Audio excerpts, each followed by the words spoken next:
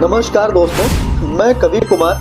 क्या आपने कभी सोचा है जिस हवा में हम सांस ले रहे हैं, क्या वो हमें धीरे धीरे मार रही है? हर सर्दी में दिल्ली गैस चैम्बर क्यों बन जाती है? क्या ये सिर्फ कुदरत का खेल है या इसके पीछे कुछ गहरे राज छिपे हैं? आज हम इन्हीं सवालों के जवाब ढूंढेंगे। हम सिर्फ प्रदूषण की बात नहीं करेंगे दोस्तों, बल्कि उस धोखे की भी बात करेंगे जो सरकारी आंकड़ों के साथ हो रहा है। हम समझेंगे कि ये जहर आता कहां से है, इसका सीधा असर हमारी जिंदगी पर क्या है, और सबसे बड़ी बात, इस जंग को हम सब मिलकर कैसे जीत सकते हैं। दोस्तों, दिल्ली की हवा इतनी खराब है कि WHO के हिसाब से यह कई बार 10 से 15 गुना ज्यादा प्रदूषित होता है। सेंट्रल पोल्यूशन कंट्रोल बोर्ड के डेटा भी दिखाते हैं कि प्रदूषण का स्तर अक्सर बहुत खराब, वेरी पुअर या गंभीर, सीवियर कैटेगरी में रहता है, जिसका मतलब है कि हवा में PM 2.5 कणों की मात्रा बहुत ज्यादा है। इसका सीधा मतलब है कि दिल्ली में एक दिन सांस लेना कई सिगरेट पीने जैसा है। सोचिए, यह हमारे स्वास्थ्य पर कितना गंभीर असर डाल रहा है। दिल की बीमारी, स्ट्रोक, फेफड़ों का कैंसर, बच्चों में अस्थमा और फेफड़ों की दूसरी बीमारियां, यह सब जहरीली हवा के गंभीर परिणाम है दोस्तों। यह सिर्फ पर्यावरण का मुद्दा नहीं, बल्कि हम सबके स्वास्थ्य की एक बड़ी चुनौती है दोस्तों।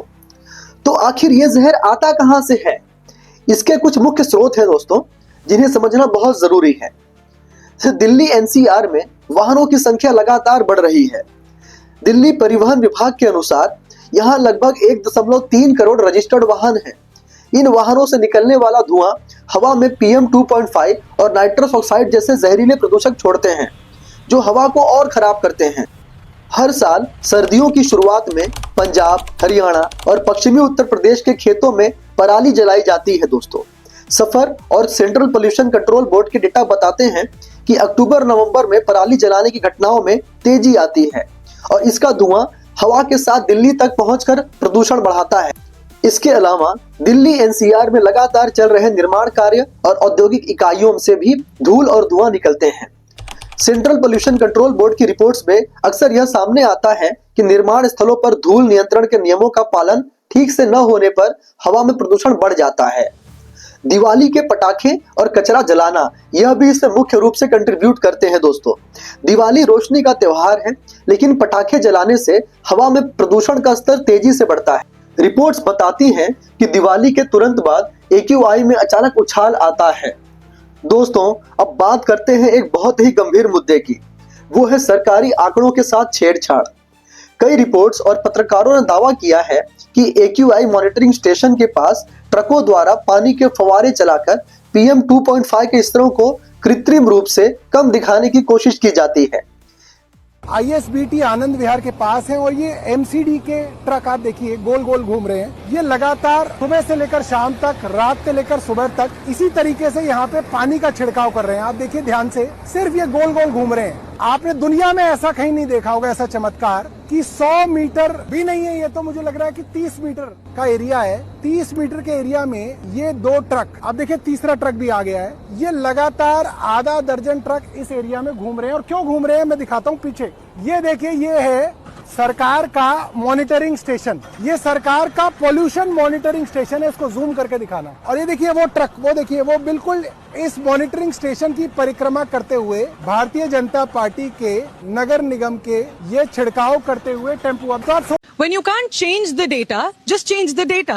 That's the strategy the Delhi government is following to control pollution in the city, it seems. The Delhi government is spraying water outside air quality monitoring stations, hoping that this is going to reduce the AQI readings in the city.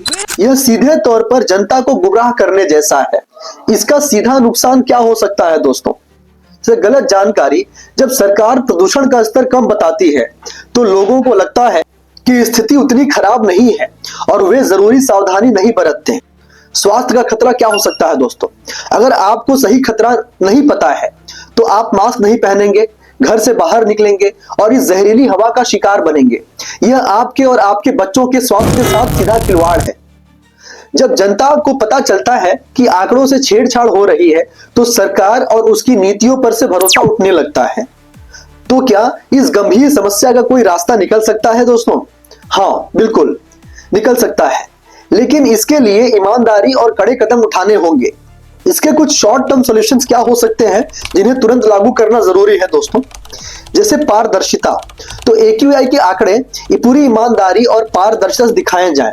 किसी भी तरह की छेड़छाड़ पर कड़ी कार्रवाई हो, सख्ती से नियम लागू हो, जैसे ग्रेडेड रिस्पॉन्स एक्शन प्लान के नियम प्रदूषण बढ़ने पर तुरंत और पूरे शहर में लागू हो और उल्लंघन करने वालों पर भारी जुर्माना लगे। पर्याप्त पब्लिक ट्रांसपोर्ट सुविधा हो, प्रदूषण वाले दिनों में पब्लिक ट्रांसपोर्ट को ज्यादा सुलभ और सस्ता बनाया जाए ताकि लोग अपनी गाड़ियां कम से कम निकालें। धूल पर नियंत्रण हो, जैसे पूरे शहर में खासकर धूल वाली और कंस्ट्रक्शन साइट्स पर मशीनों से पानी का छिड़काव हो और पराली जलाने की घटनाओं पर सख्त निगरानी हो और किसानों को तत्काल आसान विकल्प दिए जाए। अब कुछ लॉन्ग टर्म और सस्टेनेबल सॉल्यूशंस क्या हो सकते हैं देखते हैं दोस्तों। जैसे क्षेत्रीय सहयोग, दिल्ली, पंजाब, हरियाणा और यूपी की सरकारें राजनीतिक मतभेदों को भुलाकर एक साथ काम करें और एक साझा रणनीति बनाएं। पब्लिक ट्रांसपोर्ट का विस्तार किया जाए, जैसे बस, मेट्रो और अन्य सार्वजनिक परिवहन को इतना अच्छा और सुलभ और सुरक्षित बनाया जाए कि लोगों को निजी वाहनों की जरूरत ही न पड़े। पराली की स्थायी निपटान किया जाए, किसानों को पराली के निपटान के लिए आर्थिक रूप से फायदेमंद और आसान विकल्प दिए जाएं, जैसे पराली से खाद बनाना, बायोफ्यूल तैयार करना इत्यादि। इलेक्ट्रिक वाहनों को बढ़ावा दिया जाए, इलेक्ट्रिक वाहनों के लिए चार्जिंग इंफ्रास्ट्रक्चर का तेजी से विकास हो, इलेक्ट्रिक वाहनों को ज्यादा किफायती बनाया जाए। हरित क्षेत्र बढ़ाना, यानी पूरे NCR में ज्यादा से ज्यादा पेड़ लगाया जाए और ग्रीन बेल्ट का विस्तार किया जाए और जागरूकता और भागीदारी में भी सहयोग किया जाए। हर नागरिक अपनी जिम्मेदारी समझे। कारपूलिंग, साइकिल का इस्तेमाल, घर में ऊर्जा बचाना, ये सब छोटे छोटे कदम मिलकर एक बड़ा बदलाव ला सकते हैं दोस्तों। तो दोस्तों, दिल्ली के प्रदूषण की समस्या बहुत गंभीर है और जब सरकारी आंकड़ों के साथ भी खिलवाड़ हो तो खतरा और बढ़ जाता है। सरकारें और नागरिक हम सबको मिलकर इस चुनौती का सामना करना होगा। हमें अपनी सेहत और अपने बच्चों के भविष्य के लिए जहरीली हवा से मुक्ति पानी ही होगी। तो आपको क्या लगता है दोस्तों, हम इस समस्या को कैसे हरा सकते हैं? अपनी राय कमेंट सेक्शन में जरूर दें। मैं मिलूंगा आपसे अगले वीडियो में। तब तक के लिए स्वस्थ रहें और सुरक्षित रहें दोस्तों। धन्यवाद।